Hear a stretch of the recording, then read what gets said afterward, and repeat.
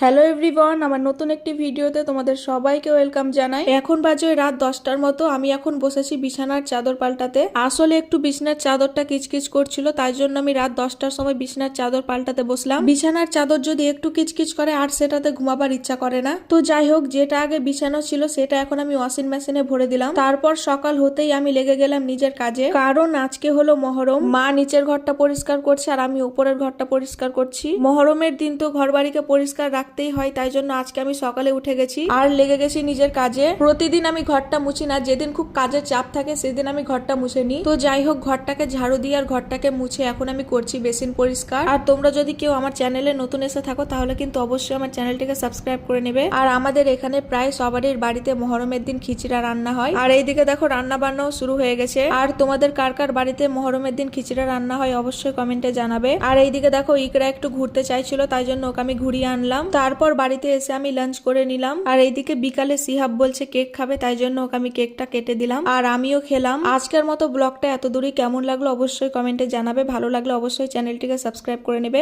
আবার দেখা হবে পরের ভিডিওতে।